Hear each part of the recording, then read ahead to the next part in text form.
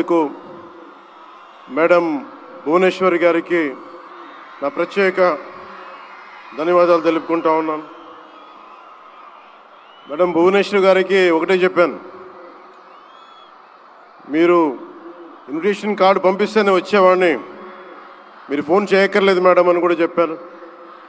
ఆవిడ మీద నాకు అంత అపారమైన గౌరవం, కష్టాల్లో ఒడిదుడుకుల్లో చెక్కు చెదరకుండా చాలా బలమైన సంకల్పంతో ఆవిడని ప్రత్యేకించి చాలా దగ్గరగా చూశాను. అలాంటి వ్యక్తి ఆధ్వర్యంలో ఈ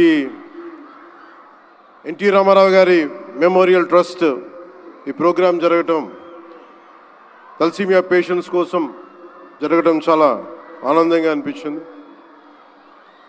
అలాగే నేను ఎప్పుడు ఆయనను ప్రేమగా బాలయ్య అని పిలువంటారు, కానీ నాకు ఆయన ఎప్పుడు సార్ అనే పిలవాలనిపిస్తుంది. నాకు ఆయన మీద నాకు అపారమైన గౌరవం, ఎవరిని లెక్క చేయని వ్యక్తిత్వం, తను అనుకున్నది బలంగా ముందుకు తీసుకెళ్లే వ్యక్తి. ఒక తరం కాదు, 2 తరాలు కాదు, ఎన్ని తరాలు వచ్చినా సరే ఎప్పుడు ప్రేక్షకుల్ని ఆకర్షించే ఆయన నటన చాలా ఆనందకరం. మా సోదరులు బాలకృష్ణ గారికి నా హృదయపూర్వక నమస్కారాలు. సినిమాల్లోనే కాదు, చారిటీస్లో కూడా ముందుంటాను.